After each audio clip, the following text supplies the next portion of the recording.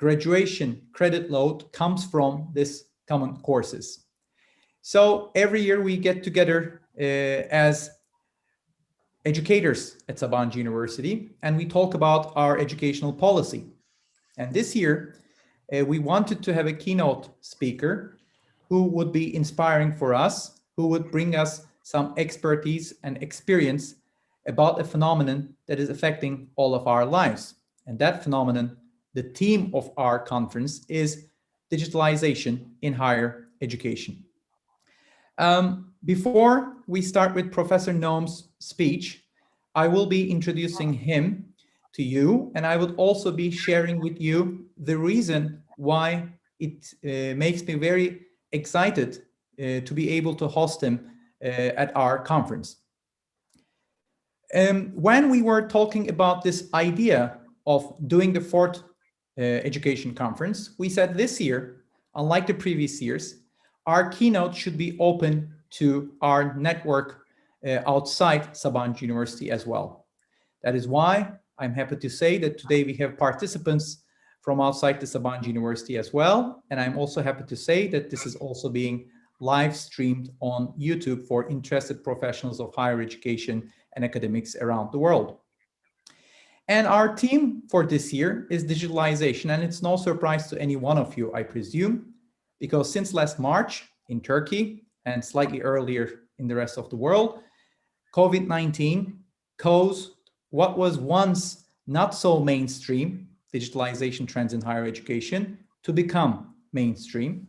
And digitalization today is on the agenda of every respectable institution of higher education around the world.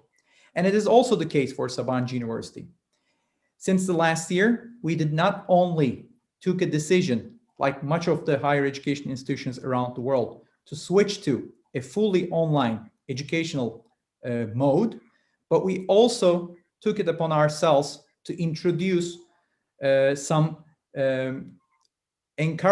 strong strategies for future digitalization after COVID-19 as well. So it's not only on our agenda for the present time during the COVID-19, but digitalization for the context of Sabancı University and for many other institutions, as we know, is on our agenda for the near future to come as well.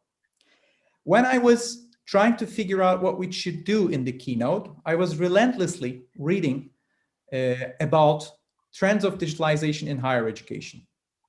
And during one such moment of jumping from one article to another, one web page to another, I bumped into an article in the Times Higher Education. And this article that I encountered was actually a critical article about the role of academics as digital content creators. The link of that article was shared with the registered participants with the email that was sent to you after the participation. The name of the article is "Academics Aren't Content Creators, and it is regressive to make them so." The article, as you can understand, had a critical tone about us academics spending increasing amounts of time to prepare our educational content. The article was talking about instances where we needed to learn new software, where we needed to spend a lot of time for the content quality and also visual quality or audiovisual quality of our teaching material. The article also discussed disputed issues of copyright when digital content is produced. At one point in the article, there was a reference to a past article, which the Times Higher Education article claimed to be illuminating, an article that was written in the Science Journal in 1996. And the author of that article is with us today. That is how I actually became aware of Professor Noam and his work. The article in question, the link of which was again shared with the registered participants, is named Electronics and the DIM Feature of University. As one could understand from the title, Professor Noam in June, July 1996 wasn't wasn't too hopeful about all aspects of digitalization, the age of internet. And at that point in time, universities whose educational material was delivered via video recording. I loved Professor Noam's article, to be honest, because I felt like although it was written in 1996, it was describing the situation that I found myself as a director in 2021. This article talked about universities in a very different way, in a very simple way, actually, if I may say so. The article was describing the existence of a particular old tradition of knowledge production and initiation of the people who wanted to have access to that knowledge. That is to say, the article is talking about the classical university, the roots of which go back to antiquity. And in that classical format, people who seek knowledge do come to find the knowledge. University is but one institution that gives access to knowledge. And as we all know, early universities evolved around libraries or archives. And this old system, despite many new additions to it after the age of printing press, modern revolutions, and the Industrial Revolution and the emergence of middle classes, despite many amendments to it, this essential character of university as a physical space where people came to find knowledge did not change. Professors, lecturers, people who work at the university were gatekeepers of the knowledge, if you will. And those who showed themselves able to acquire skills and knowledge were given initiation to the access to knowledge and titles that are coming with that knowledge. Noam in that article says that is changing with the age of internet, that is changing with video recording, and that might have both good and bad implications. I'm not going to go into every single detail in the article, that's for Professor Noam to do, but there were some striking things in the article, such as talking about the possibilities of universities as spaces in which people or institutions with money promoted or sponsored research and teaching activities, much like a parking lot, if the analogy is accurate. So institutions and people with money come to universities, purchase the services of the university, and provide certain services. It was also talking about what role could the university have as a physical space if knowledge, instead of seeking those who seek the knowledge, turns into a place where people's knowledge comes to the people. What happens to university then? What happens if knowledge comes to your own house, own private life? What role would the university have? And of course, he makes some, what I would say, very accurate predictions about the future. Anyway, that's how I wanted to contact Professor Noam. And he was very kind to accept our invitation to come. And today he's going to deliver us an illuminating talk about what he thinks with regards to 25 years of universities online, COVID, and the lessons for the future. Before giving the floor to him, let me say a few words about his studies and his area of expertise as well. Professor Eli Noam is a professor of economics and finance at the Columbia Business School since 1976, and it's Garrett Professor of Public Policy and Business Responsibility. He served for 3 years as a Commissioner for Public Services of New York State, appointed by the White House to the President's IT Advisory Committee. He was also Director of Columbia Institute for Teleinformation, a research center focusing on management and policy issues in telecommunications, internet, and electronic mass media.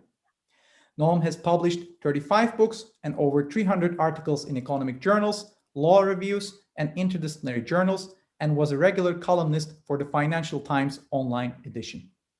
His recent books include Who Owns the World's Media?, Managing Media and Digital Organizations, Media and Digital Management, The Technology, Business, and Economics of Streaming Video, The Next Generation of Media Emerges, and The Content, Impact, and Regulation of Streaming Video, The Next Generation of Media Emerges. Noam has been a member of advisory boards for federal government's telecommunications network and of the IRS computer system, of the National Computer Systems Laboratory, National Commission on the status of women in computing, the Governor's Task Force on New Media, and of the Intech Corporation. His academic, advisory, and nonprofit board and trustee memberships include the Nexus Mundi Foundation as chairman, Oxford Internet Institute, Jones International University, the first accredited online university, the Electronic Privacy Information Center, the Minority Media Council, and several committees of the National Research Council. Transnational online course he's teaching transnational online courses since 1998, which is one of the many reasons why he's a very significant presenter for today's topic. He served on advisory boards for the governments of Ireland and Sweden as well. Noam is a fellow of the World Economic Forum, a member of the Council on Foreign Relations, and a commercially rated pilot, which I found very interesting. He's an active search and rescue pilot with the Civil Air Patrol, first lieutenant. He's married to Nadine Strossen. I hope I'm pronouncing this correctly. He's a law professor and the national president of American Civil Liberties Union for 18 years. He received degrees from BA, MA, PhD in economics, and GD from Harvard University, and honorary doctorates from the University of Munich 2006 and the University of Marseille 2008. You've been listening to me for quite a long time. Without further ado, the floor is Professor Noam's. Professor Noam, welcome once more. It's a great privilege to have you. Well, thank you. Thank you very much for your very extensive introduction. I'm humbled by these words of praise. Thank you. Thank you very much, Mr. Dr. Errol, and thank you, Sabancı University, for inviting me to speak to you. I have had the pleasure of having friends in Turkey, and I'm look forward to making new ones here today. I've been to Turkey, I've spoken in Turkey, I've vacationed in Turkey, I've eaten in Turkey, I've shopped in Turkey. Everything that I would like to do again as soon as life returns to some kind of new normal. And that's really what I would like to talk to you about in some ways, the new normal. The past article that I wrote, which was about 25, 26 years ago, you have to understand the context, which for many of you will be as inexplicable as a time before mobile phones. But yes, there was such a time. But in 1995, the internet was emerging, exploding, and it was the golden person on the block. The internet could do no wrong. It would bring us peace. It would bring us prosperity, democracy, culture, brotherhood, and everything good otherwise. I was more skeptical. I was more skeptical because, not because I thought that the internet would have no power, but quite to the to make changes, but quite to the contrary, because it was so powerful that it would change things in fundamental ways, not just in superficial ways, and that those changes would be fundamental, and some of them would be negative, not just positive. And so I wrote this article about higher education. I also wrote, which was well received, and I will tell you in a moment. I also wrote an article about the future of democracy. It was entitled, Why the Internet Will Be Bad for Democracy. And that article was universally panned as kind of, how could he say this? Doesn't he know anything? It's ridiculous. Don't you see everybody can talk to everybody else? And there will be kind of exchange of information. People will reason with each other. Well, I have to tell to you, at least from an American perspective of American internal domestic politics, I was sadly wrong, sadly right, sadly correct. The internet has been kind of a negative influence in American democracy, as we can see. So yes, I was right, but I wish I had been wrong. Now, this article about the future of universities got a lot of attention. In today's terminology, I would say it went viral. I was told by a university president that there was not a single university president, not a single board of trustee members in America who had not read it. Many universities had distributed to their students. For example, Princeton University had every incoming freshman had to read it as part of the orientation week materials. So it got attention, but then those 15 minutes of attention were over for the article, and the academic world moved to other topics, as it always does. And in any event, I too had moved on to other topics because I was not focused on higher education, but I was about digital society, telemedicine, mobile money, internet governance, digital democracy, broadband investments, and in particular, online video, which has been subject of 2 books of mine earlier this year. But your invitation, your kind invitation, brought me back to that article, and I accepted it partly because I value the audience, but I also value the opportunity to rethink what I've written a good number of years ago. And so one of the things that I wrote in that article, and I will quote only one paragraph, was the question is not whether universities are important to society, to knowledge, or to their members. They are, but rather whether the economic foundation of the present system can be maintained and sustained in the face of changed flow of information that is brought about by electronic communications. It is not research and teaching that will be under pressure. They will be more important than ever, but rather the instructional setting, the university system. So now it's 26 years later, and which is a long time in internet terms. And the questions, so these are now the questions for my talk. 26 years later, where has electronics taken the university in those 25 years? What have we learned? How has the COVID pandemic affected this path, and where are we going? Clearly, there has been enormous technological progress in those years. By Moore's law, applying Moore's law, in 26 years, the technology has become more powerful or cheaper, or a combination of the two, by a factor of almost 58,000 times.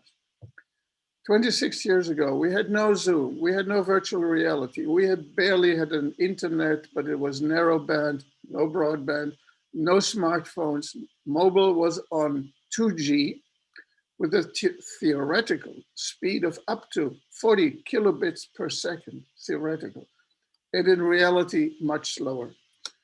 So what impact has this had on universities? I wish that I could say that universities have changed by a factor of 58,000 times. I wish I could say that universities have changed by a factor of 5.8, just 5.8. But no, education is still one of the least digitized and most people-intensive economic activities in the information sector. This suggests an opportunity and a risk for technology-driven disruption. And another factor is that universities, unlike other industries such as finance or healthcare or media, that education has lagged behind others in innovating and changing its model because it has no associated industry to support such change financially. So the trends are rapidly catching up. However, money is coming in from the outside and will have an impact. Meanwhile, the universities, at least in America, are obsessed with cultural and political issues and not with structure and organization and process of the educational system as such. So now it is, as I said in the article, it is characteristic for industries, for institutions, entire societies, and individuals to misjudge future trends. On the one hand, we tend to to succumb to the various merchants of hype and overestimate the short-term spread of technology, the rapidity of introduction, the rapidity of change. And so we overestimate the short term and we overestimate its positive impact. This is usually followed then by the reverse, a period of depression where all the negatives are exaggerated. And this is the famous hype curve. At the same time, we tend to underestimate the long-term impact of fundamental technologies. And so I think according to some observations and studies, the boosters of technology, the promoters of new technology, tend to overestimate the receptivity of demand for the new product by a factor of 3. In contrast, those who consider adopting new technology or application to err on the side of the familiar and underestimate the benefits to them by a factor of 3. And this is a gap of 3 times 3, 9, almost 1 order of magnitude of difference between the innovator's hopes and the buyer's fears. And that gap sinks so many promising approaches.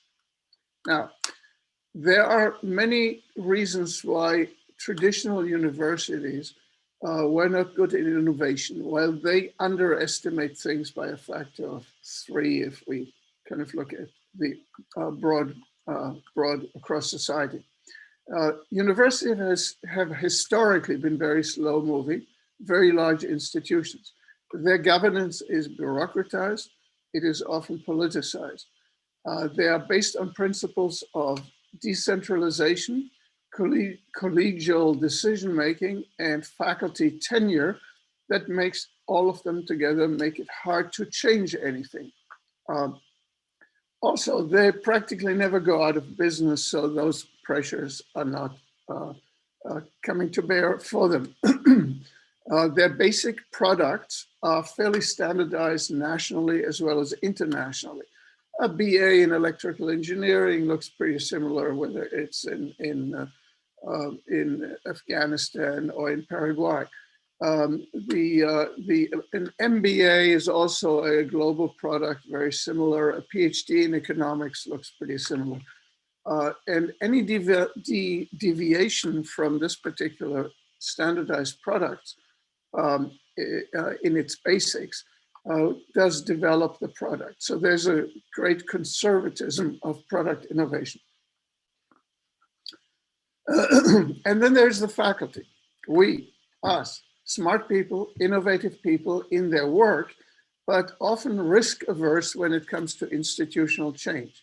For example, at the very prestigious and wonderful liberal arts college, Amherst College in Massachusetts, the faculty rejected by a vote of 60% majority the opportunity to work with a major Mooc organization, edX, which is actually run by Harvard and MIT, to other universities, also to universities in Massachusetts nearby.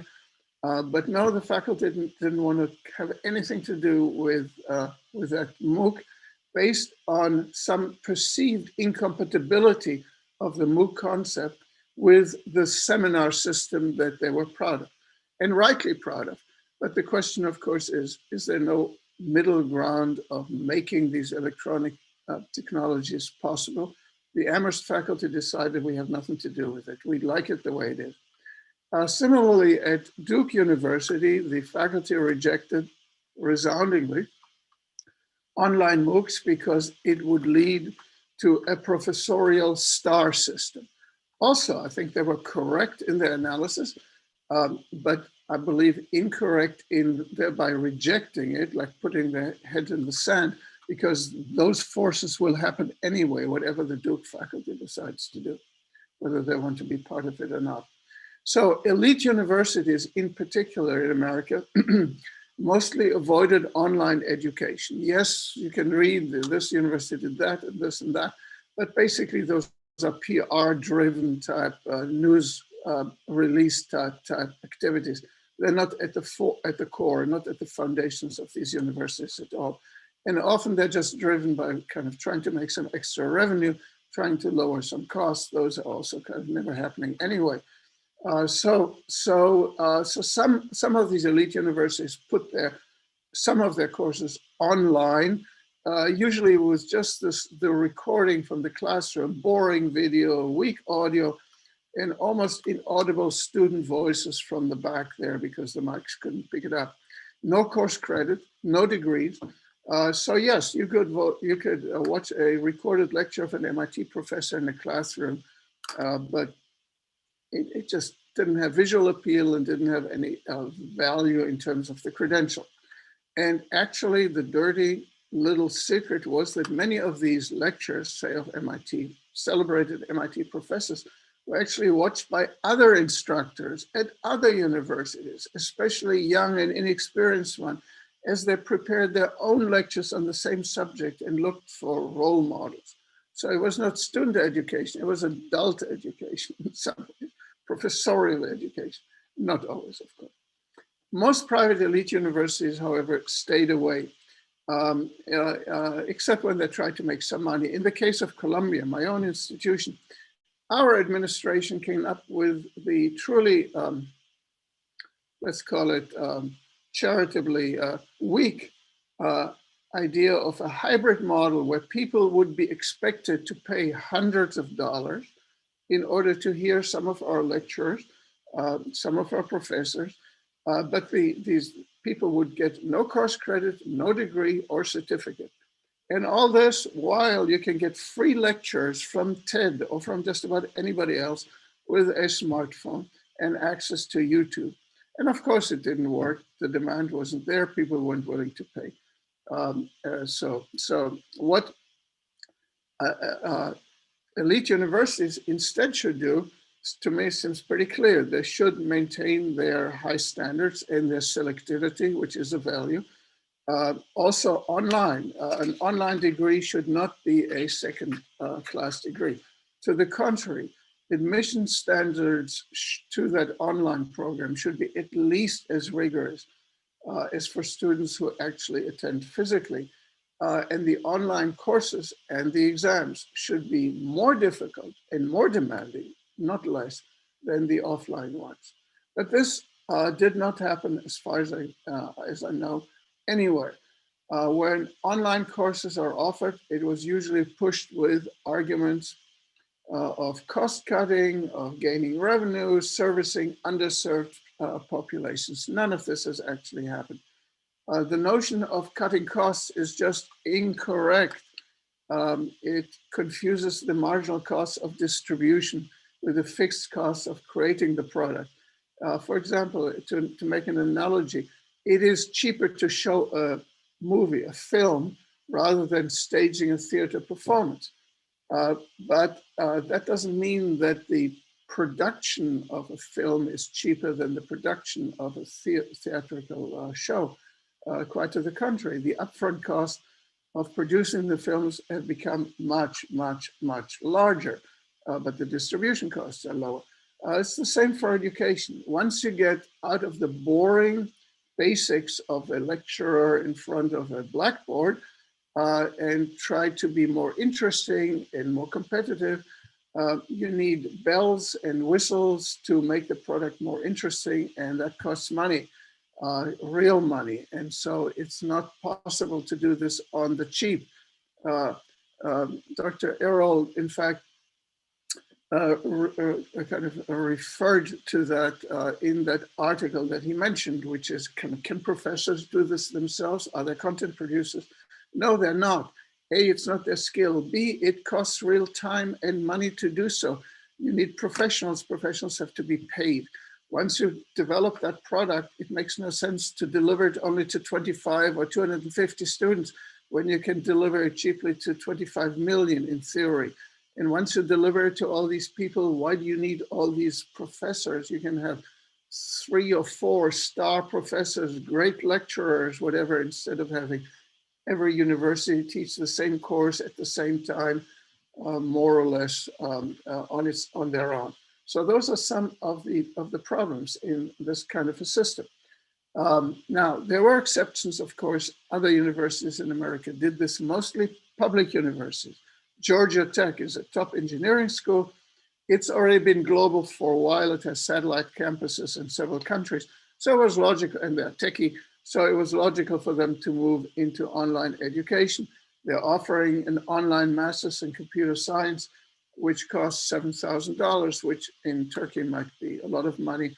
I'm not quite sure what the tuition rates are, but in the United States, where tuition is so ridiculously high, although I'm not complaining, after all, I get a salary from my university, but $7,000 in America is cheap, and it had more than 10,000 enrollments in 2020 for that degree program. Enrollments, incidentally, okay, so they're paying $7,000. So it's not free, and usually the experience has shown quite dramatically that when people have to pay for a course, they tend to finish it. When it's free, they just kind of graze. They look at it, they kind of get disillusioned, they kind of get bored, it becomes too difficult. But when they have to pay, they have some kind of skin in the game, as they say. All right. Other public universities in America that do this: Florida, Massachusetts, University of Michigan, Penn State, etc. Now, traditional universities, in other words, were not particularly good in innovating, I must say, sadly. They talk about it, but they don't do it. But they were really good in another matter, which often defensive industries are good at, like the music industry with copyright, etc. They're good in slowing down other people who want to innovate. And this was done through the accreditation process in which the traditional universities control the entry by competitors. This is a great system. Basically, you can block your competitors, innovators from coming in, the accreditation process. So in the past, there was not really much of a competitive entry by for-profit institutions because the economics just weren't there. It was too expensive to produce, and it was difficult to compete against public universities who were subsidized by, heavily subsidized by governments. And so there were relatively few attempts at entry. But the technology has changed it. Now you could distribute globally to thousands and many hundreds of thousands of people. And so private companies did emerge for profit universities. So the traditional universities launched attacks. They complained first that for-profit universities overpromised the career potential of their degrees. This was probably true, but it was also true for traditional universities. At Columbia, for example, staying with my own institution, so I don't have to point fingers at others, we have one of the top English literature programs in the world. And yet, a year ago, of 22 recent PhDs, 22, not a single one got a tenure track faculty position offer. But would you see an investigation by the Department of Education in Washington for overpromising career prospects? No way. But the for-profit institutions or universities, they were investigated left and right. A second line of attack was that there were too many dropouts, lots of students who started these private programs but never completed their degree. And that was true too. But it was also unfair because the online programs got a high share of students in problematic personal situations. Part-time students with a job, or with small children, or with both. Students whose jobs brought them back and forth to other locations, to other countries, and they could not kind of go to a physical university. But the students who had failed years earlier in traditional programs wanted to come back to get an education. So this was a student population with low attention potential, high risk potential, and not surprisingly, it had a relatively low completion rate. Okay, now I will, since I'm kind of running behind my scheduled time, I will kind of skip a bunch of stuff. Okay, now the other factor, in addition to that those legal barriers of accreditation, was the importance of brand. And this cannot be overestimated, that importance. But 26 years ago, I think I probably somewhat underestimated it, kind of not quite realizing how important the recognition of the degree as opposed to simply just the learning and the degree was important to students. Students do not just want to learn a subject, they also want the official credential, a recognizable degree. If learning is all what they want, they could also just go to the public library for free and read for 4 years and then come out and they would just know probably pretty much the same amount, if not more in some cases. But they also want a piece of paper with an impressive stamp on it, a degree. This is perfectly rational, perfectly economically rational and psychologically too. And what the traditional universities succeeded was in raising doubts about the value of the for-profit degree. Don't spend your money on it. It's not worth anything. And so therefore, if we add this up, first-tier universities not jumping in, and for-profit universities being beaten up, online degrees got the reputation of second-tier universities offering third-class degrees. And this hurt the economic value of such education and therefore lowered the demand for it. Now, a third approach to all this were the Moocs. Now, I don't have to tell this audience about Moocs. You know about them, but the Moocs, massive open online courses, Moocs, originate in the philosophy of the open access software movement. Online things should be free. Information wants to be free. This was a very commendable philosophy, and it led to free courses. And those free courses led to tens of thousands, hundreds of thousands of student enrollments. And some universities, traditional universities, also provided these courses as public service, MIT, for example. And there were many, many students enrolling it. But I should say before I go on, these counts are somewhat mysterious, shall we say. My own experience on these numbers is that my two recent textbooks of 2 years ago had last year online downloads of 1.9 million and 1.8 million downloads, which sounds like a large number. And yet, I have not met a single person who told me, hey, I read your book online. Okay, I mean, where are these 1.9 million people and 1.8 million people? Somewhere there, maybe they're in China, I don't know. But it's a large number and I kind of would like to find it. Here I am, write to me. Okay, but with these large numbers of enrollments, at least theoretically enrollments, entrepreneurs emerge and try to make money by offering courses, and later, not just courses, but degree programs. And examples are Coursera and Udemy and Udacity, et cetera, et cetera. Now, these major MOOC companies have been started by professors at well-known universities, who then therefore capitalize in some ways, and I find that a little bit problematic. They capitalize on the brand value of their own university, but don't return the money to those universities that give them their brand. The Moocs often feature these professors, and we get regularly at Columbia applications for admissions where the students on their resume or otherwise state that they have taken Stanford courses, they've taken MIT courses.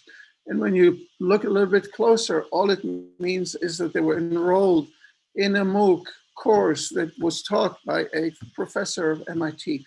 Enrolled doesn't mean that they finished the course. Enrolled doesn't even mean that they start watching the course. It just means that they put themselves on, type their name and their email address in there, and that's it. So the Moocs had real problems. The completion rates was truly abysmal, much worse, in fact, than those online for-profit universities, which had been castigated for having low enrollment figures, even though the enrollment figures were higher than the Moocs. Also, the Moocs, if you look at it more carefully, the claim had been there for people who have no access to higher education and they're thirsting for knowledge and all those good things.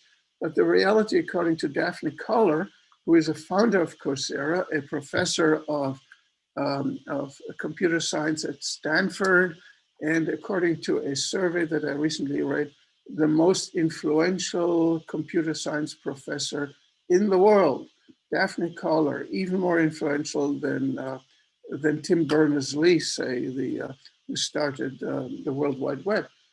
So Daphne Koller said, co-founder of Coursera, that the majority of people taking Coursera courses, the majority of people who are taking Coursera courses already have earned a college degree. In other words, they're already educated people. They just want to have more education. It's not that this is kind of education for the masses who have no access to education.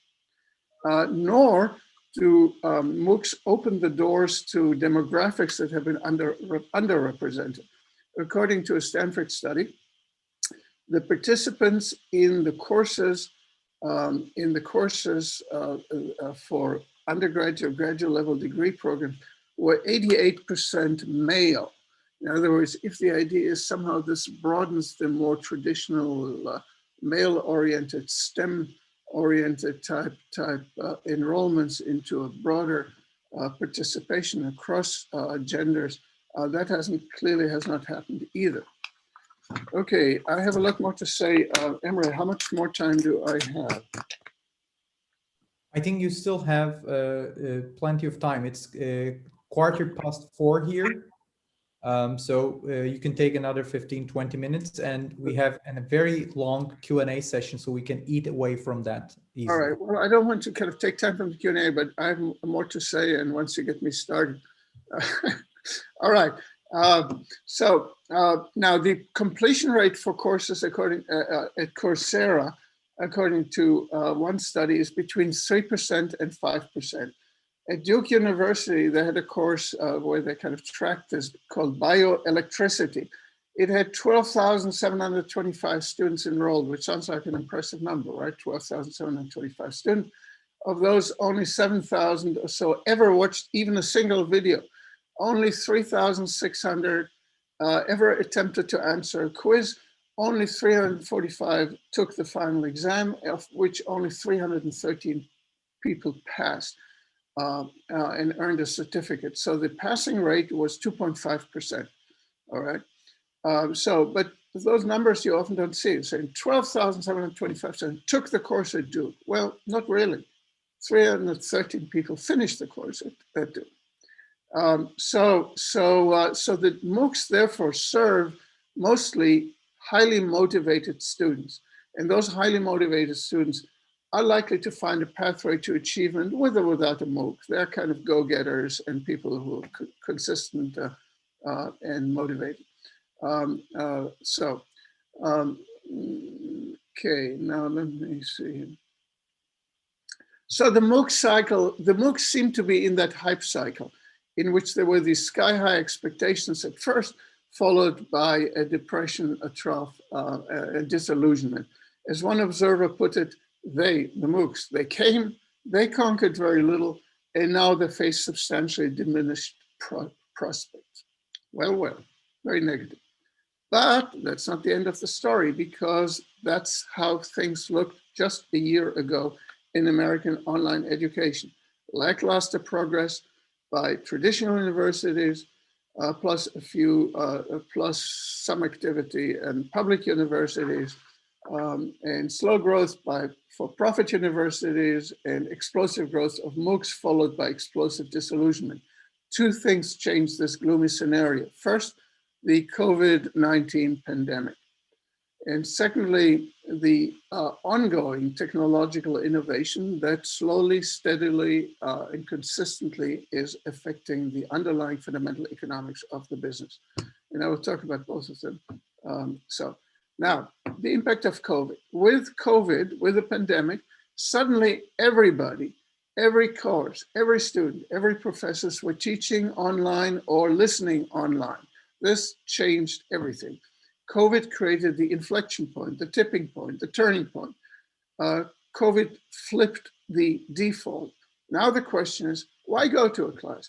Why go to a faculty meeting? Why indeed? Instead of participating by Zoom or WebEx, etc. And this has finally accelerated higher education's technological information. Here are some of the numbers. The number of new users for Coursera grew from 8 million in 2019 to 31 million in 2020, a growth of 288% that 1 year. edX added 10 million and doubled in size. The UK-based Future Learn added 5 million new registered users, a growth rate of 384% in 1 year. Riding on that wave, Coursera went public, issued stock in just a month ago, a month and 2 days ago. Its market capitalization at that point, based on the stock price of issuance, was $5.4 billion. 1 day later, it had gone up by 38%. Even though that company was losing money, and that means that there is now some real money behind technological and organizational innovation in higher education. Coursera and other companies like it are going to enter this field or kind of continue in this field with very large war chests that can be used for marketing and for technological innovation and for operations. Universities don't have kind of similar type of resources and don't have the flexibility, and that is going to make a real difference. But it's not so much that Coursera and its, which I just use as the primary example, is that they are kind of in some ways competitors, but rather the secret is the symbiosis of the two. And this is what Coursera has figured out. They now not so much sell courses and degree programs to students as a retailer, but they go to traditional universities, to in effect adopt their courses for the university's degree program. They don't so much go to employees, but to employers. They don't go to governments, but they go to soldiers, not so much to soldiers and teachers, but they go to governments to buy these bulk wholesale type subscriptions. And number two, what Coursera has been doing is to become a reseller and a marketplace of the courses of traditional universities. So the symbiosis, that means that the traditional universities become the retailers to students on their own turf, to their own students, and become the suppliers of their own courses to Coursera's educational department store, as it were. The economic logic is fairly easy to understand. Right now, this is all a fairly low-tech course technology. Basically, Zoom and maybe some PowerPoint slides on top of it. I don't even do that here. The typical professor can manage the technology barely. There's often some limited technical supply there, limited. Basically, it's a classroom lecture without the classroom. But things don't stop there. In contrast, the huge scale of the Moocs, 31 million, say, makes big investment in content technology possible, videographers, instructional designers, software engineers, et cetera, et cetera. Georgia Tech, just one university, has a MOOC, a small one, and it has 19 professionals who work full-time on course designs, and they need a lot more, and they will get a lot more. So many universities made deals with Coursera for it to deliver courses, to kind of sophisticated courses, to the university itself, and vice versa. The universities offer their courses to Coursera to distribute it nationally and internationally. And so as of December 31st of this past year, more than 150 American universities offered 4,000 courses and several dozen degree programs through Coursera.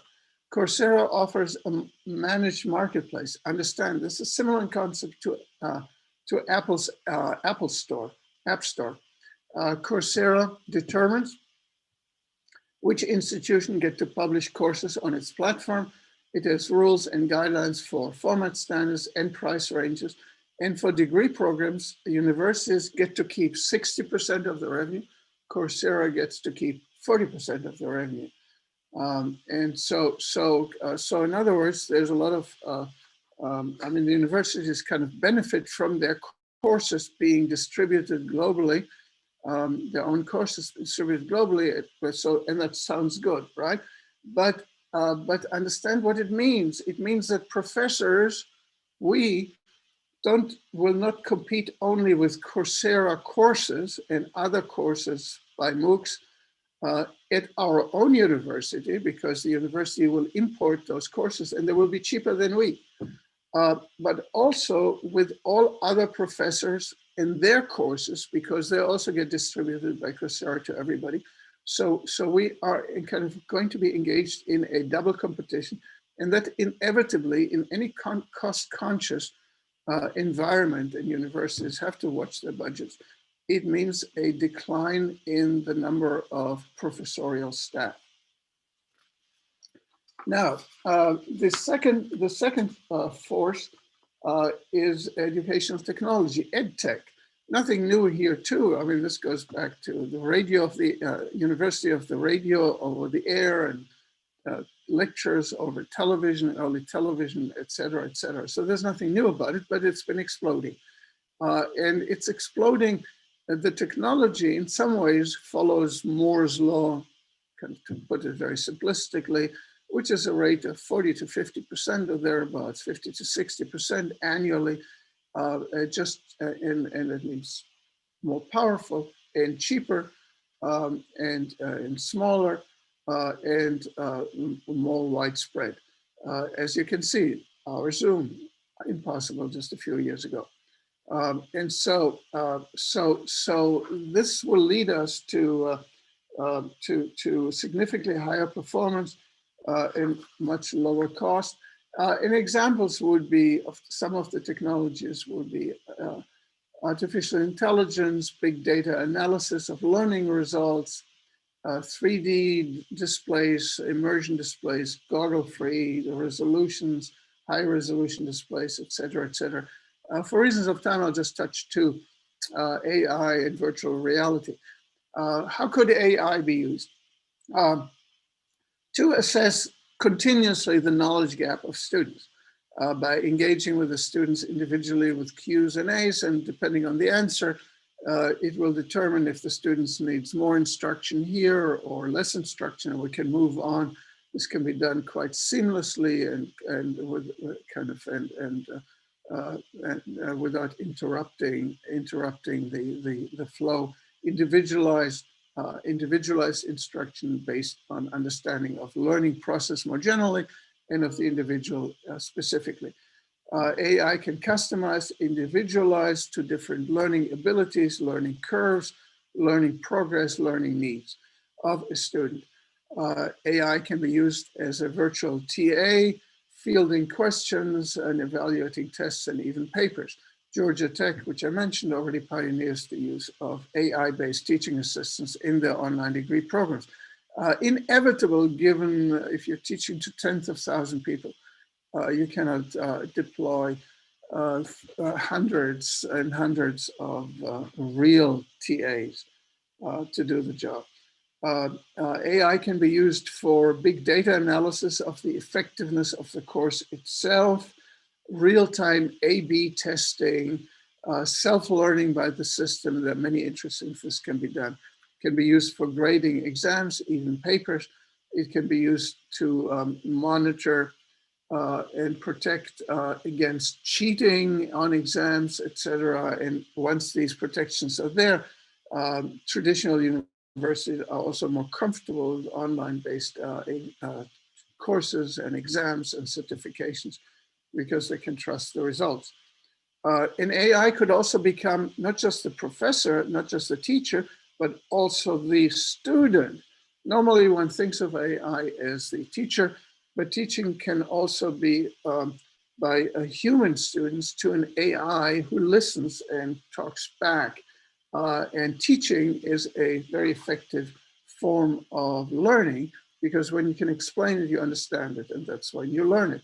So the Socratic method of teaching goes both ways. You teach, you speak, and you listen, and together you learn, and your partner is an AI-enabled device. Secondly, virtual reality. It can be used for training programs, skills training.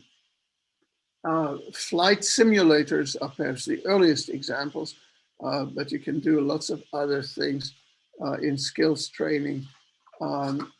You can use it for the virtual reality immersion for chemistry lab teaching, so that you don't have to actually pour smelly and dangerous chemicals and mix them together. You do this kind of virtually, no mess, no fuss. Or you can use virtual reality immersion for language programs. So you suddenly find yourself in a French town or in a Chinese city, and you can learn the language by interacting with avatars of other people. Virtual reality is also good to provide local color for, say, history. So you can immerse yourself. Suddenly you're in World War I or in the Civil War in the trenches, and you see the bullets, hear the bullets fly, and you see the enemy. Those are things that can be done. Or you find yourself in ancient Egypt building the pyramids, etc. So these are kind of all kind of interesting techniques. And you hear about them, you read about them, the positives, but understand that the negatives about this too, which is that if you move to a more visual oriented form of instruction, which technology makes possible, you reduce your text-based instruction and your language-based instruction. So you enrich in one direction, but you make the other, the older forms, less interesting and less effective, less the abstractions in particular go. The analogy is film. In recent decades, films have become quite adept in using computer-generated imagery, CGI, through computers, and it's become more effective, cheaper to create special effects. And because it's cheaper and more effective to do these special effects, you see more of them. And so you have more action and more things blow up and more things flying through space, et cetera, because it becomes easier possible to do so. And therefore, the dialogue, the thought process is being kind of marginalized by those visuals. And people have measured that and see that you can do all kinds of things, but ideas do not get conveyed very effectively through CGI. So for example, in the Civil War analogy that I gave in the trenches, yes, you see the enemy and you can shoot at the enemy, et cetera, all these good things, interesting things, but do you learn anything about the economics that led to the Civil War, the politics, the aftermath, the intellectual ferment that accompanied it, all these things that fall by the wayside. You get an impression, but you don't get ideas. Now, I could go on this one, but other distractions, but I think that that some of the studies show that the future really is in hybrid instructions, in almost flipping the classroom. So instead of learning in the classroom and discussing things outside, it becomes the opposite. You learn at home, the lecture, the basic lecture, and then you go to the classroom, and that's where discussion takes place. That's maybe not a bad model at all. And in some ways, it kind of resembles, does it not, liberal arts education, or what you call a kind of fundamental education, where the emphasis is not on knowledge transmission, because that you can leave to machines, but in thinking transmission, in that process that is some ways much more difficult. That kind of hybrid instruction might be actually the future. And with the basic instruction, the basic instructions offered by those platform companies, just like textbook publishers today, faculty, I mean, the universities don't write the textbooks. They buy the textbooks, or the students buy the textbooks. And so it will be also for courses. The role of the professor then is to discuss the material, not so much to teach it directly, more like a seminar, less like a big lecture hall. And that to me is liberal arts, what we call in America liberal arts education.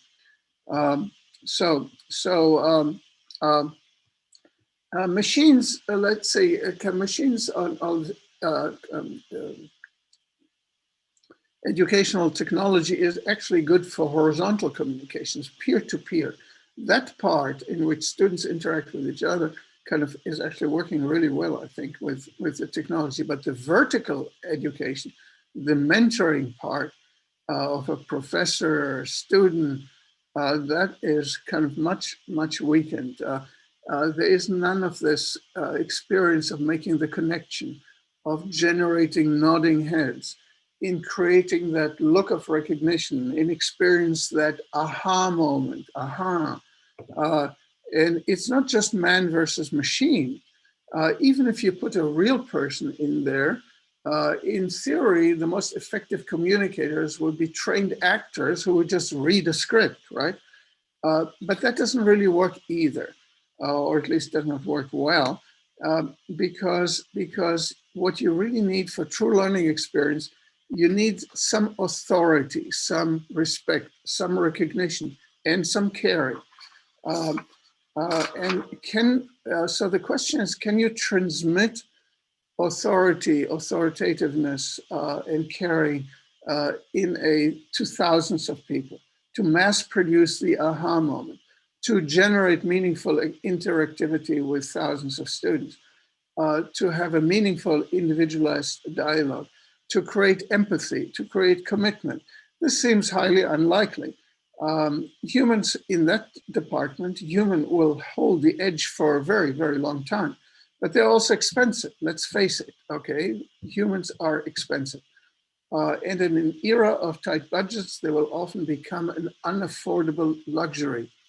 And so the danger, therefore, is that we will end up with the richer or better of students being taught by humans, and the poorer or the slower of students being taught by machines. So what are some of the consequences? And here I come to my last page. And there are a whole bunch of stuff, but so I can just kind of stay on the surface here. So to the consequences, given the expensive technology and the huge economies of scale, the Moocs or similar companies, whatever their acronym will be, and there could be publishers, or there could be a few universities who transform themselves as largely online operations, will be, and some of them will also be governmental, public. They will become the major producers and providers of courses. Not immediately, of course, these things always take time. There will also be the marketplace and exchange and distributors of courses for all universities to each other. I've discussed this. Consequence, much reduced number of faculty teaching positions, a much smaller role of professors and lecturers in the teaching part. There will be fewer professors, and therefore there will also be fewer researchers, since those tend to be the same people. It also reduces the willingness of students to pay high tuition money. Why should they subsidize research through their tuition money when they can get online courses for cheaper? At the same time, the reduced role of educating the next generation of students by universities takes away one major reason for the subsidization of universities by public money. Governments typically want to give money to universities to educate people. Research is also important, but less so, and certainly not research in fields outside of, say, engineering and science, I mean, like the humanities or so on. There's kind of less reason for government to give money to those. So, and these are just the financial challenges to come to the end. We can put our head in the sand or run to regulators to block others or to cry for more government money because we're so important. But eventually, we in academia must get our own house in order and solve our own problems. And some approaches of innovation could be education by subscription, which already is something that Udemy is doing. It's like a Netflix. You pay a monthly subscription and you can eat as much as you want, study as much as you want, access to any course, transferable college credits, credentials for monthly subscription.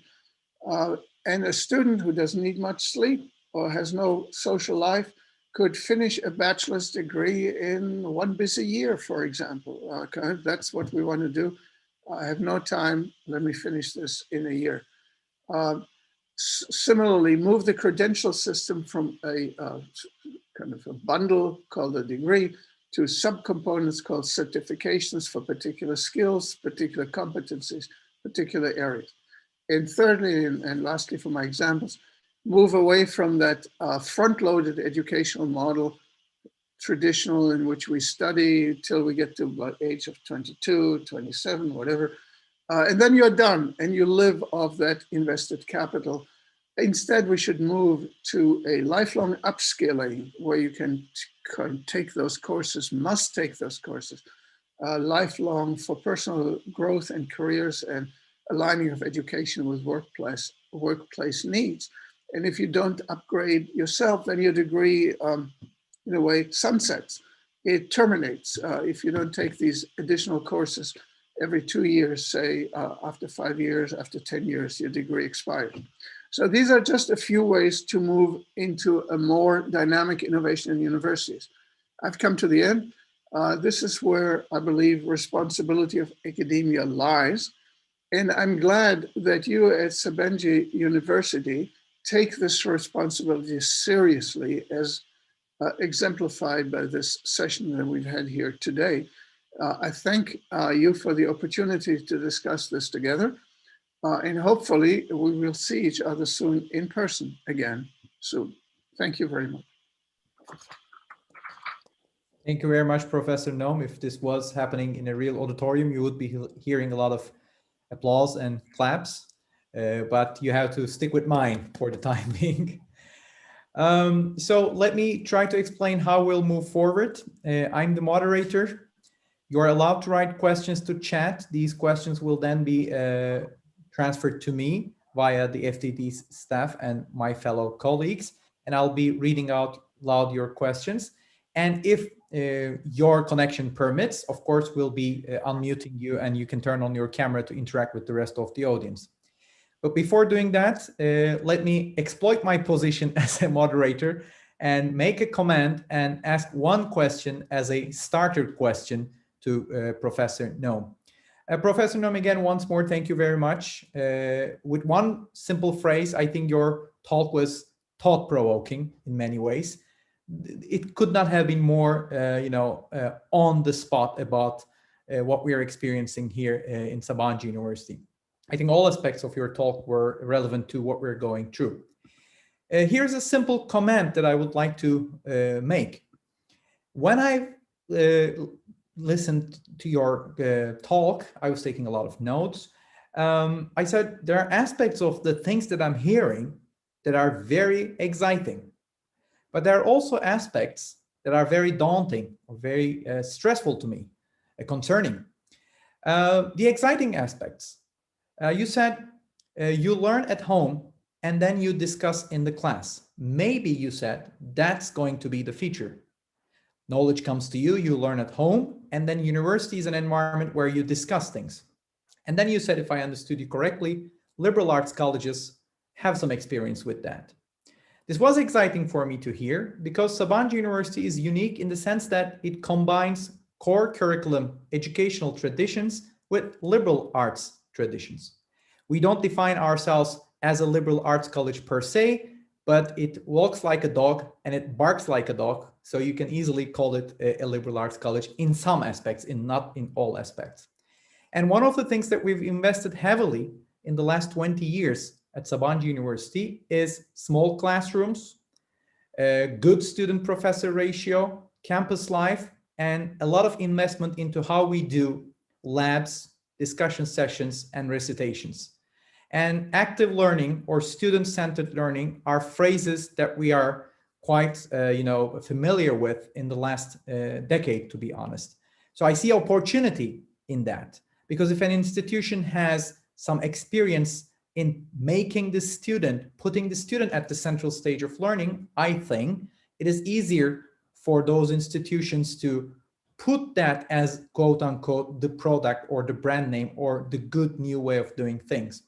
That's one of the exciting things. The other one, the daunting aspect, is this. When you were talking about the examples from the United States of America, I felt this. I felt like this transition, if you want to do it good, if you want to be competitive, is in the end, it is about a global competition in which this is a capital and labor intensive competition where brand value matters. And I really was quite happy to hear you giving us some examples from Georgia Tech's Moocs, for instance, employing 19 professionals to prepare Moocs and even more in the distant and near future. Because I always felt like management sometimes really feel like digital makes life easy, but it really doesn't in our own experience in Sabancı, not as Emre Erol, as just one of the lecturers, professors here. We've been trying to digitalize our content long before COVID, and that caused our staff size to expand, whether be it TAs, be it instructors, full-time professors, or auxiliary staff members who are good with design or camera or sounds or recording. I feel like digitalization constantly creates this demand for expanding the human capital. But listening to you, this was the daunting aspect to me, because I felt like compared to a US university, in the developing world, universities have smaller endowments, they have smaller budgets.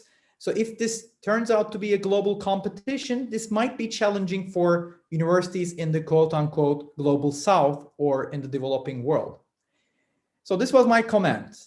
And my question is related to it.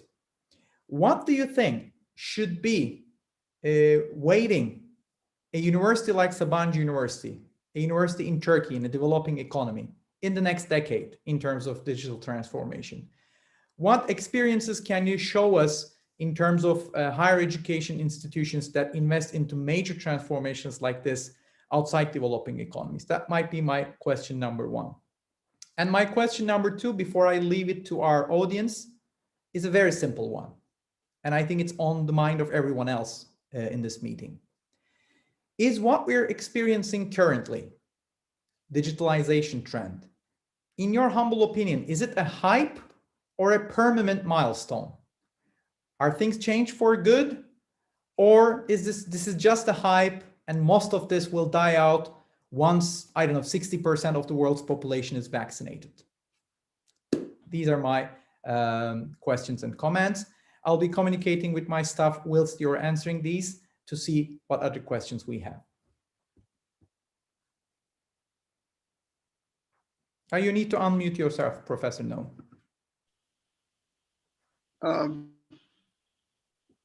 Okay, can you hear me? Yes. Yeah. All right.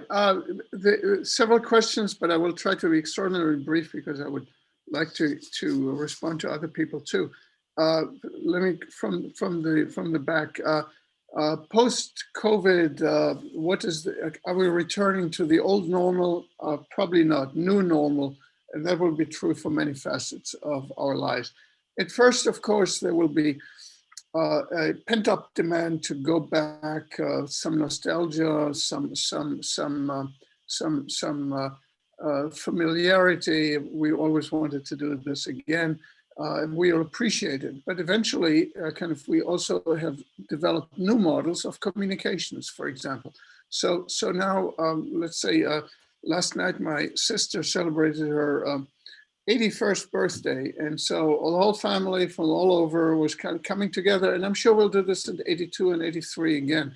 So even without COVID. So we have developed familiarity and comfort level with different forms of communications like we do right now. What we do right now, we probably did not do exceptions, of course, pre-COVID. I mean, there were webinars, of course, and so on, but there's kind of the casualness of it, that you kind of almost use it like a phone, is new and will not turn back. And so people, it's like having a car. Once you don't know that you need a car, but once you have a car, you'll never kind of use a bicycle except for exercise. Well, I'm slightly exaggerating now, but you get the point. The point is that you start to use things as a habit. Now, the developing world will benefit as well as be harmed by these trends. They will benefit by the fact that they could have somebody in a poor country would be able to have access to degree programs quite comfortably and conveniently that are provided by some of the most outstanding scholars, researchers, and teaching around the world. So the disadvantage of distance and the disadvantage of a poor society decline in that model. On the other hand, it makes it also more difficult for a domestic university culture to emerge because everything can be imported. And so if I'd be a professor in a poor country, I would probably think this is a negative. And not a positive. If by a student, I would probably think it's a positive because I have more options and more access. Thirdly, a point that you made is that I wholeheartedly agree, which is that that digitalization and online education is not a cost-cutting measure at all, at least not in that simple form that we think about it. Creating these courses is expensive. It becomes a cost-cutting measure only when you, in effect, can shop for other courses or can export your courses. But if you think of it as only as a replacement or substitute for existing professoriate at your existing university, that's not going to cut down costs. There was the notion with every new technology, now everybody can use it. If everybody can use it, then some people want to try to be more outstanding than others, will put in more for production value. We see this on YouTube and in other ways. Production values rise, scale matters, and so therefore it becomes important. To your first point, my last point is to enter rapidly, just like with other platforms and other online activities. If you're there first, if you establish a base of users, if you have market share, then you have scale, and the scale creates not only the economies of scale, also the network effects, all kinds of things. So if Georgia Tech is there early and does an effective job in spreading the word, in spreading the product, developing the product, then my guess is that it will have an advantage over other engineering schools that were slower and later in trying to do the same thing. They're then the followers, and they don't have the scale. Thank you very much, Professor Noam. By the way, you can still submit questions via chat, or you can raise your hand digitally by using the Zoom's feature of raising your digital hand, and we can give the floor to you. Let me read out one of the questions. One of our participants by the name Ferhan Odabaşı. Mr. Odabaşı asks the following. He says, and I'm rephrasing here, under the light of your speech and articles, could you please reflect on the opportunities for democratization, accreditation, and teaching in the next 25 years? when it comes to digitalization. Okay, accreditation, what were the other two? Democratization and teaching. Well, this kind of going forward 25 years, a fair question, a difficult question, or rather three difficult questions. Accreditation. And I'm thinking aloud now here, yes, in fairness, so it will sound a bit disorganized, but accreditation will continue to be a problem, but less so in the future, because ultimately students will choose what they want, and regardless of accreditation or not, and employers will choose the students based on their respect for the degree program or not. I mean, just to let's give an example. Let's suppose that that in country, let's take Turkey. That Turkey does not recognize degrees from MIT, say, but a student could take these courses from MIT, and an employer in Turkey might be inclined, out of respect to MIT, to recognize that this is a very valuable credential that the student has, whatever the government's approval says or not. So you can bypass that system. Now, but not totally, because often the financial support of students and scholarships and other things are tied to accredited programs. So there is a remaining leverage of the accreditation process that will be there. And so I expect that that will be a way in which traditional institutions will not only try to move as much of the digital activity onto their own turf and away from private competitors.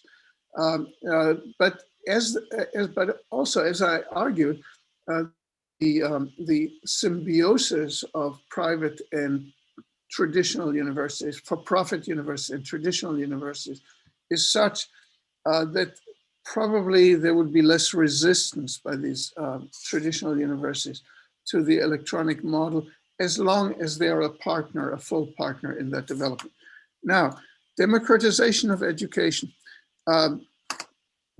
Sure, the online model makes it possible to spread education further, at least to give the access to the education further. Not clear always whether it would be taken up. I showed you the small completion rates, but nevertheless, the option exists, and that's important. It would become cheaper under this model than because of the scale efficiencies of the distribution. Education would become, higher education would become more democratized, yes.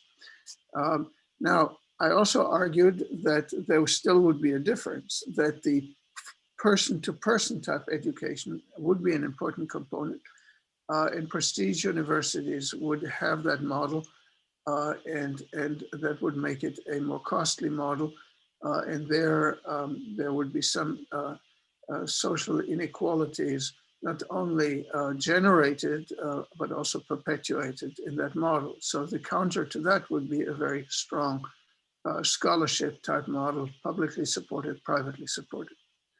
Lastly, the teaching.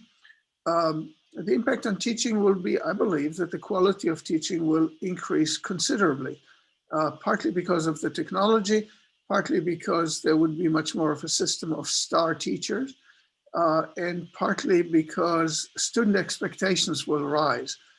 There are already student expectations in shorter time, attention span has already led to a system of mini lectures, of bite-sized lectures, 10-minute type lectures. There are actually courses that kind of give you 10-minute lectures. I mean, they give it to you maybe 3 times a week, but 10 minutes, 10 minutes, 10 minutes.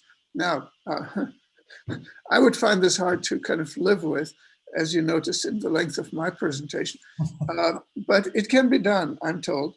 And so I believe that we are basically will be forced to compete for the attention of the next generations of students who are used from elementary school on to models in which there's a lot of bells and whistles and things are happening and things are flying and flashing and whatever. And we stand in front of the students. We have to kind of go with the flow and become more interested. Thank you very much for your response. I just will add something, I think very relevant to what you've just said. Bite-sized content, as people call it, the YouTube format, 10 to 15 minute length, very lively videos, audially and visually enhanced, which has high quality content, is increasingly becoming a norm. There's actually one, I think, for-profit organization in USA, DFTBA, which releases these crash courses of basically anything. This famous author, John Green, is behind that initiative. And they are becoming kind of a norm in their 10 to 15 minutes videos.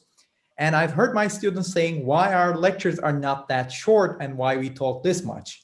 So it's already happening, Professor Noam, that the new standards for the new generation, Generation Z, if you want to call it, they are more centered around audio-visual consumption of knowledge, and they want shorter pill-sized content delivery. They're used to it from their childhood onwards.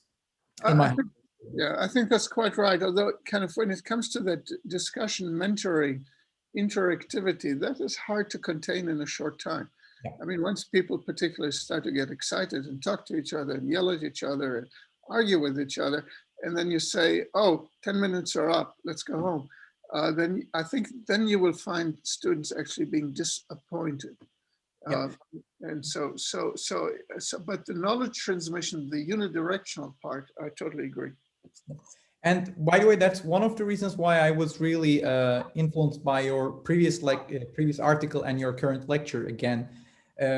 Monologues are easier to be affected, whereas dialogues and the Socratic method or student-centered teaching, which however you define it, seems to be more resilient towards digital transformation, as in it will still keep its value irrespective of its length and audiovisual measure. That's what I understand. Like discussion-centered learning still will be very precious after digital transformation.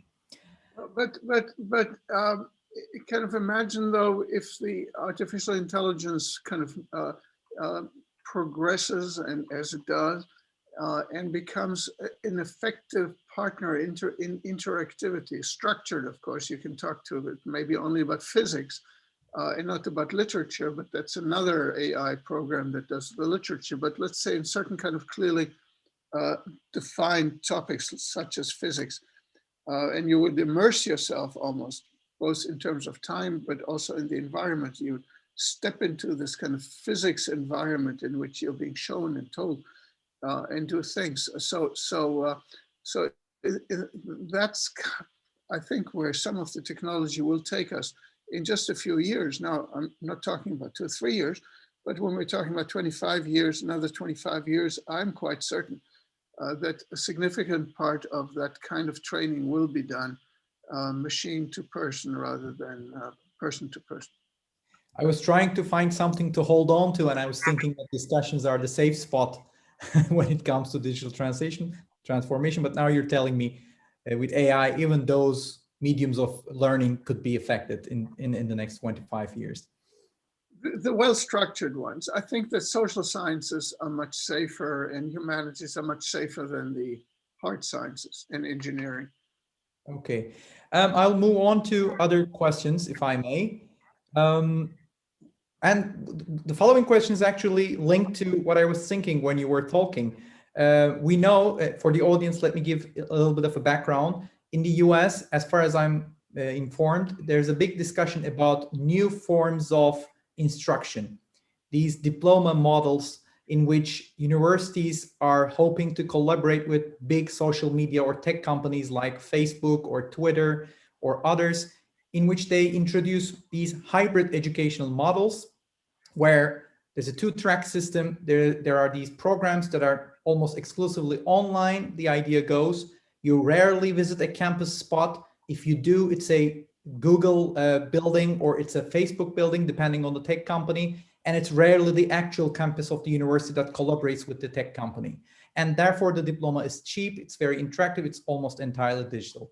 The other hybrid model, as far as I'm informed, it goes like this. There's still a collaboration between the tech company, be it a Mooc or be it some name like Facebook, and a respectable university. In that second hybrid model, there's more on-campus instruction, but therefore the diploma's expected value, market value, is much higher. Now, the next question comes from Zehra Sayers. She thinks there are 2 points about going forwards with the hybrid model. One, better education for the more wealthy students. And two, what is a good model for hybrid if it's going to be based on merit? So wealthier students, merit-based students, two models that are being, flowing around. Would you like to reflect on these? A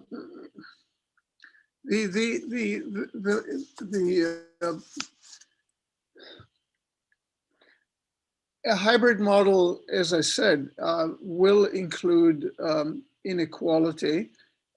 If it's an effective hybrid model, that is, if there's a significant amount of person-to-person aspect still there. It is, however, not more inequitable than the existing system, than an existing person-to-person system. I would argue that it is less inequitable, so there is some progress there towards greater equality.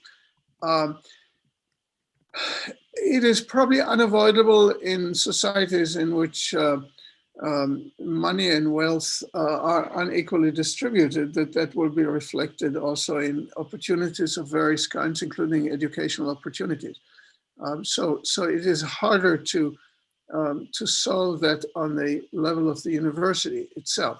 But it is possible to alleviate that system, and the system of scholarships, etc., is an important lever on this one. So American universities, I mentioned already, are very expensive. But in some ways, that's the sticker price. If you look at it more carefully, it's really a price discrimination. The average price at private universities, the actual average price or median price is less than half of the sticker price. That's the average price, which means that half of the students pay even less than half. And so richer students pay more and poorer students pay less. And you got also some scholarships on top of it that further help this. And so I think there are ways of softening that problem that you described. If you, on the other hand, you have one size fits all, which is some of the system in many countries, such as, for example, in Europe, where either tuition is free or it's kind of the same for everybody, or largely the same for everybody, that has some equity advantages, but it also, in some ways, has led to a university system that is not quite as dynamic, I believe, than American university system has been, which is reflected by the fact that if you look at the statistics of major universities around the world, the American universities tend to be quite strong in that list, stronger than most European institutions. And so you gain some and you lose some in this kind of equality model. And as you know, American society is more competition oriented and more performance oriented. Now, as to the merit issue, I think that the scholarship system can take care of that, and it often does, not perfectly, but kind of worthy students can go to kind of strong universities.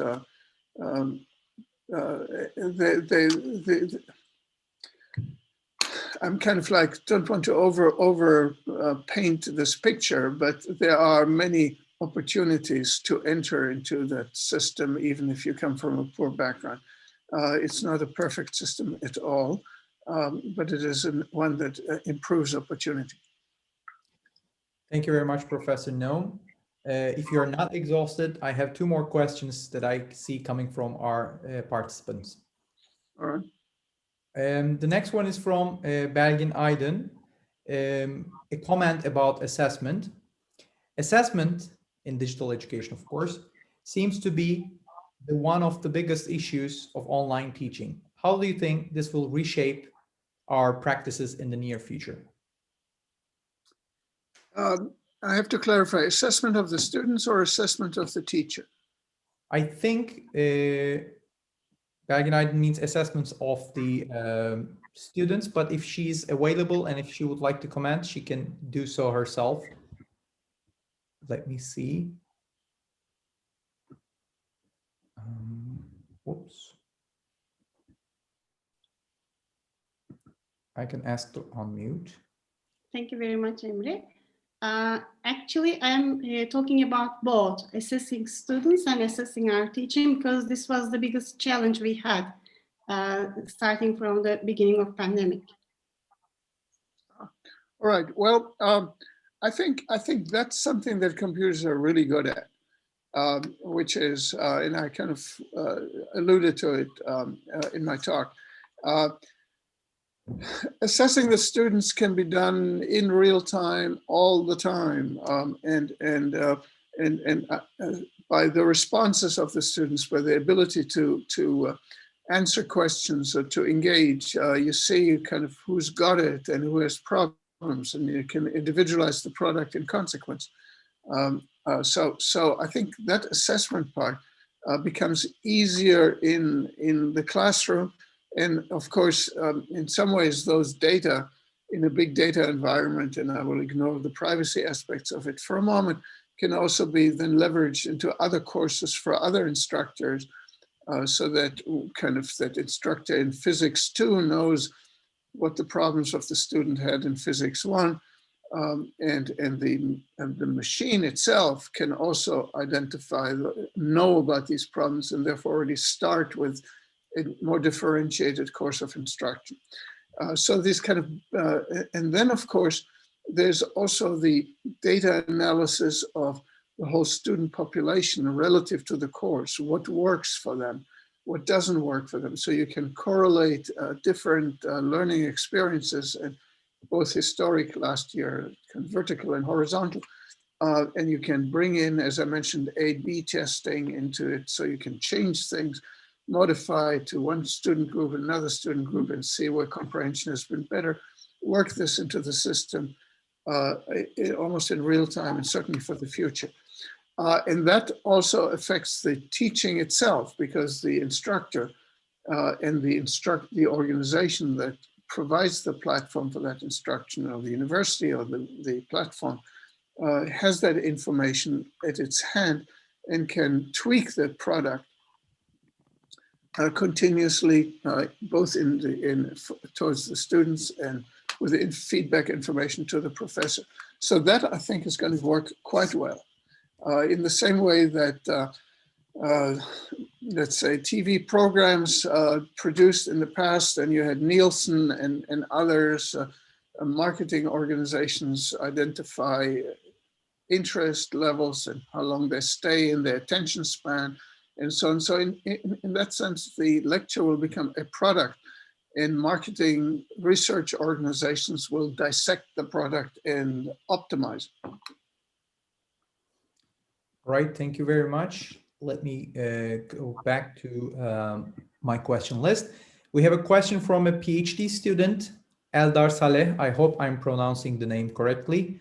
I'll try to rephrase this rather long question. Eldar says, hi, I'm Eldar, a PhD student from Sabancı University. I wish you know, what are your ideas on the side effects of digitalization with respect to student life?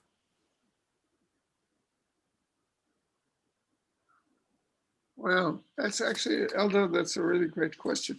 Of course, students go to a university not only for the knowledge or for the credential, but also it's a rite of passage from, let's call it childhood at home to adulthood. And so there's this intermediate phase in which you go on your own, you often live away from home.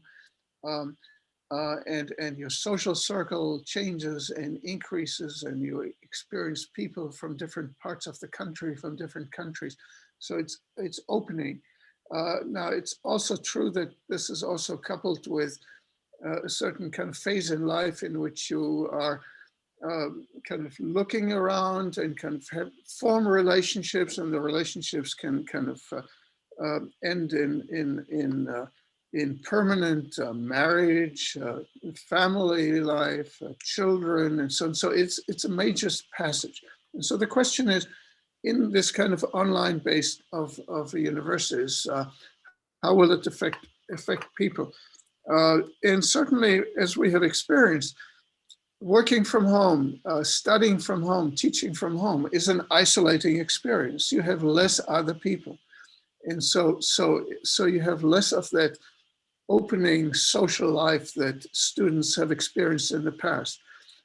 It also means that you have less of the network creation. Students, for example, in my faculty, students, and they're quite open about this. One of the important things why they come to business school is because they meet other students, and these other students will become top managers. And so they become friends and top managers, but kind of like 20 years later, you can pick up the phone or send an email and say, hey, John, remember we sat together in this class, I got a problem, can you help me? Those kind of network relationships are also atrophying in this kind of environment. And those are kind of that informal part, the kind of the chatting over lunch and the having some kind of a reception and having a beer, those will be harder to replicate. Again, that's kind of the person-to-person aspect of education. Everybody is trying to find ways in which one can compensate for it. I mean, Zoom meetings are a way of doing so, but they're a bit more formal. I mean, you don't kind of, you can move in that direction. And in fact, you can have social life with people who live in another country, but it's not quite the same. I think that outside of COVID kind of restrictions, kind of that generation then will find other ways of linking up with each other, and through clubs and through, you know, different cultural activities and museums and sports events. I have total confidence in the young generation finding ways to meeting each other and to chatting with each other. So I think those are problems that students themselves will solve, and so I'm kind of less worried about it. Thank you, Professor Noam. I would like to reflect very briefly on Elder's question. We've discussed this to a certain extent with Professor Noam in one of our previous meetings when we were preparing this meeting for today.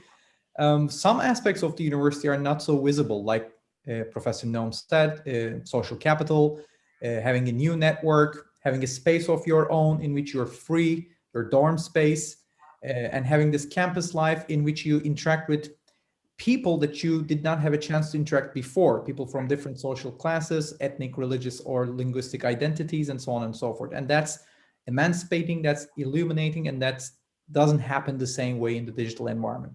Based on that observation, here is what I think might happen. Again, based on what Professor Noam writes and just said in his lecture as well. Think about universities as an intermediary institution, no longer the classical institution that it was.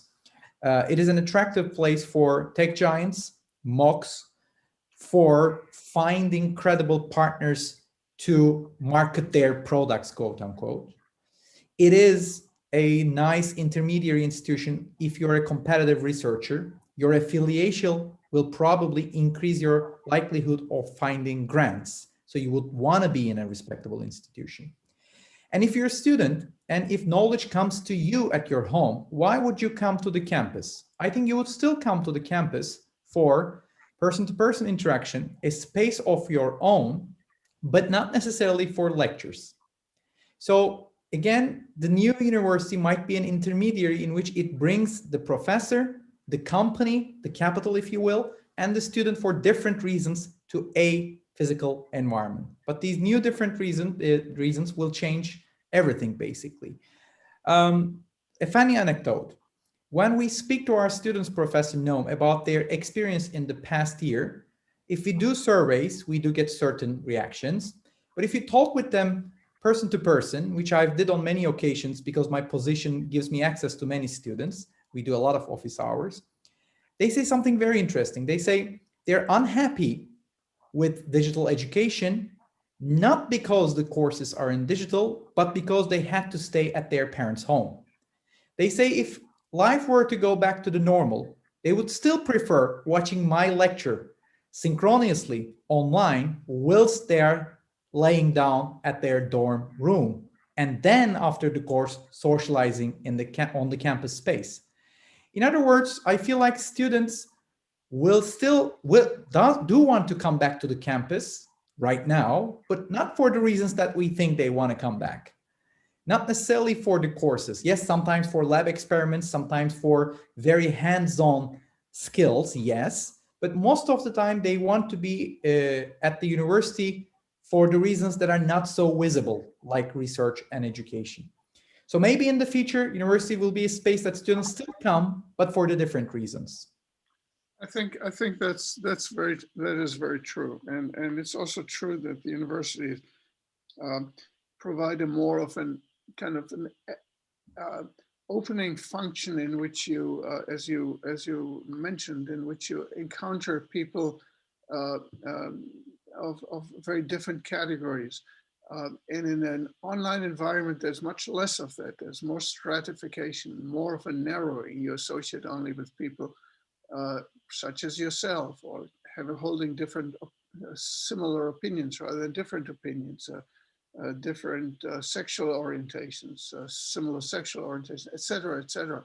So there is a narrowing of the and a stratification of studying from home relative to campus life. No question about it. So maybe the future will be one of not study from home, but study from dorm. And if you can.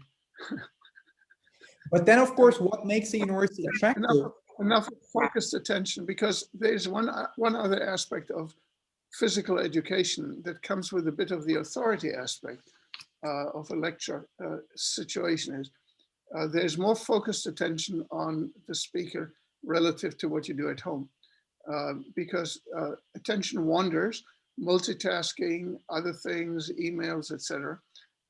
And in a classroom situation, in some ways, you want to perform, you don't want to embarrass yourself in front of your fellow students, in front of the lecturer. And so you kind of, you pay attention most of the time. And in a unsupervised learning situation, there's less of it. There's more flexibility, but sometimes less flexibility is also a good thing. All right, thank you very much. I think we are making you tired, but I see just one last question. If it's possible, I'm going to ask it, and I'm going to then conclude this session. Is that okay, Professor Noam? Sure. Okay, the last question comes from Behije Pehlivan, and she asks, does the new forms of higher education mean less cohort identity, resulting in dramatic decreases in alumni endowment? Very economically based question. In what endowment? Alumni environment. Alumni. Oh yeah, absolutely. There's less commitment, less to the institution, partly because this commitment is also based on friendships and on personal relations and attending the football games, those kind of things.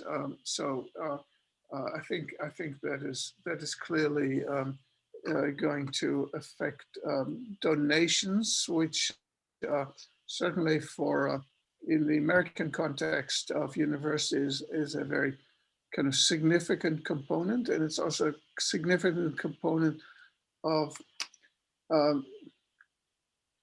creating the resources to make it more affordable to poorer students to attend the university. Scholarships, buildings that don't have to be paid for by tuition money or kind of governmental money, and so there will be less money in that sense. Yes. Thank you very much. Do you have any questions to us, to the organizers, or to the audience? Absolutely. And my question is, how does this relate to the experience that your university and other universities in Turkey have experienced in the past year and kind of over recent years? I can entertain answers to that. If the hosts would like to raise their hands digitally, I would be giving them the floor. Let me check our participant list if there are any willing participants. Not seeing any yet. Right, I'll say a few words then. At least in our case, at Sabancı University, there's what you might call digitalization hype and fatigue at the same time.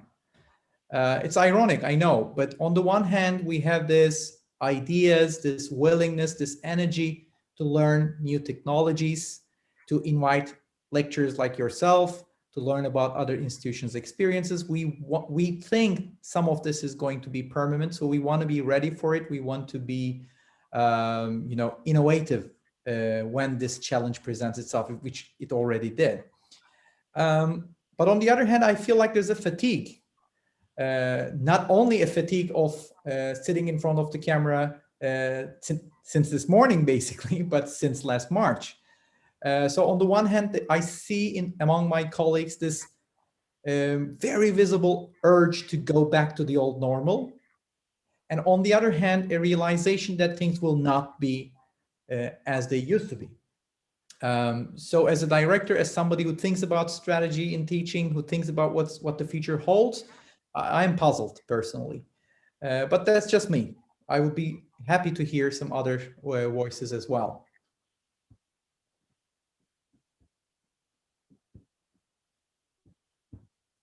Yes. Belgin Aydın, would you like to make a comment on this? I see her commenting because I just, yeah.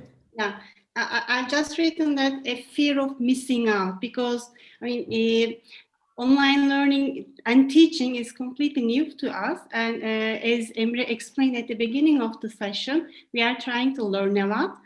We are trying to read a lot, but this is completely new experience for us.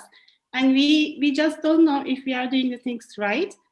And we are also realizing how much we need to learn as teachers. Actually, we are learning with our students together. And this also creates a kind of fear to us.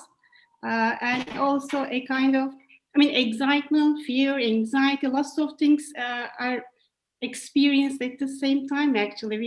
We might feel a little bit confused, more excitement. I don't know, it is really difficult to describe. I see another hand. Zehra Sayers was raising her hand, so I'm gonna give the floor to her. Yeah, well, thank you very much for this very thought-provoking and motivating talk that you made. I think one of the things, at least as far as I'm concerned, is about how we're going to, well, digitalization, we are doing our best. We have our fears, we have our, we feel some lack of knowledge, yes, but those are the things we can maybe try to compensate. But more, I think, concerns the future of university education. Which way? I mean, Sabancı is a small university. It was set up with certain ideas. It was a leading university. It is a leading university. But we feel that we have to renew ourselves, but in which direction and how, as far as education is concerned? That is not, to my mind, at least as far as I can see, we haven't seen a clear way how much digitalization, for whom. Are we going to have two different sets of students? All that kind of concern is, I think, bugging us in the long term as to how we can proceed forward and how we can adapt our university in a good way to the future modes of university, so that we can still be a leader and but still don't give up on the quality of education we're giving, don't give up on the contact we have with our students, because as I said, we're a small university, we have quite close contact to our students, and that creates a special atmosphere. We always boasted that our students can come into our office whenever they wanted. Now we may be doing office hours online, but is that, like you say, does that convey the sense of authority, the sense of wanting to pass some different kind of experience, not just the knowledge, but the experience to the students? That's how we are going to design that part is not clear. I think this is one of our worries, I believe. All right, I see Mr. Yavuz Günalay. Let me unmute him. Yes. Hello, yeah. This is Yavuz Günalay from Bahçeşehir University. I believe first of all, thank you for the nice presentation and bringing this wonderful guest to our attention, to Sabancı University. I believe there was some problem in the education system, because they are all educated in the past era, where the university is the place for new knowledge to generate it and disseminate it. However, with the recent years, we have seen knowledge is everywhere, as Professor Noam points out. Knowledge can reach us for the last, I guess, 20 years by MIT Media Labs. We can have these online courses, or some for-profit organizations are putting online courses as well. So you can reach knowledge. The books are digitized, and especially in business field, sometimes the business can lead new frontiers. For example, in AI, before the professors generate a concept, it was already in application. There is Siri, there is Alexis, and professors are trying to form a theory on top of it. So we were in a struggle as a whole. And I think pandemic slaps this phenomenon onto our face, because due to the pandemic, we cannot go into the classes, because we are saying that, oh yes, there is knowledge in everywhere, but in a university, we can form this in a formalized way. So if you want to get to know the new true knowledge, you have to see us. Wikipedia is not correct. You cannot give reference to Wikipedia. So this kind of, we were kind of putting ourselves in castles. However, with pandemic, you cannot do it face to face. So you have to do it digitized. But I don't think, now we are putting some experience and try to form education, especially in Turkey. What I can see, we are trying to still synchronized. We are getting together with the students and expecting them to come to our classes just for the knowledge. But indeed, they can still reach knowledge everywhere. And one bottom line comes to the question as how to evaluate these learning process of students. And that's where we are spending lots of thought.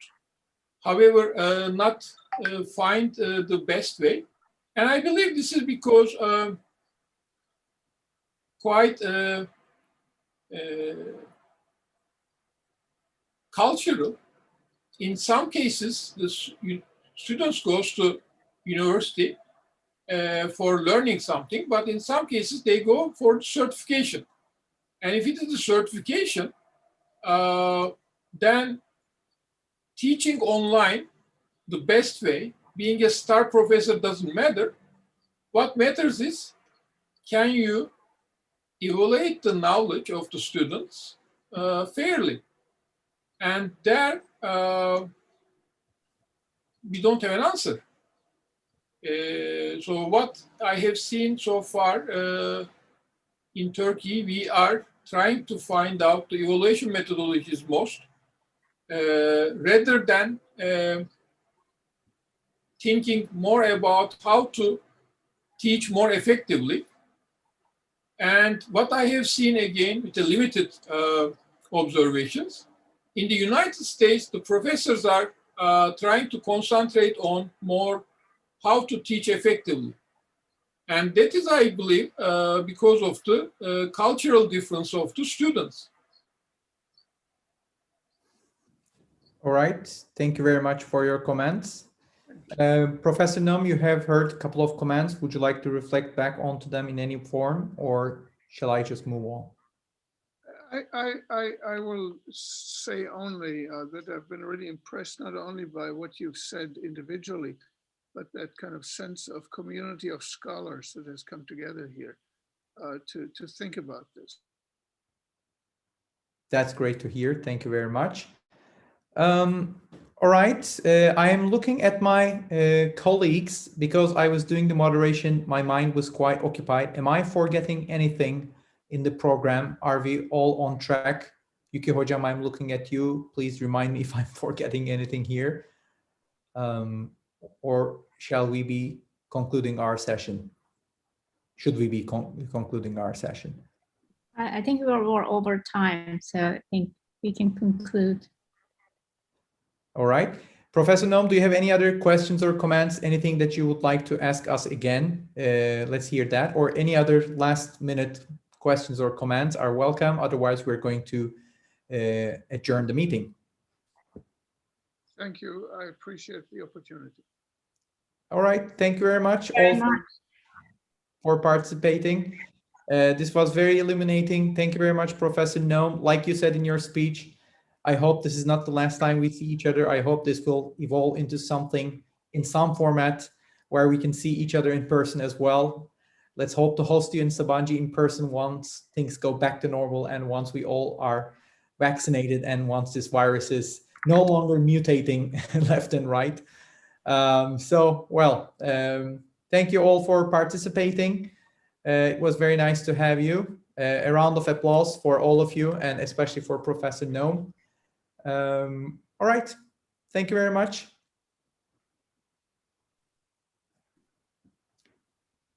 Thank you. Thank you, everybody. Thank you, everybody. Thank you. Thank you, everybody. If it's possible, we can close the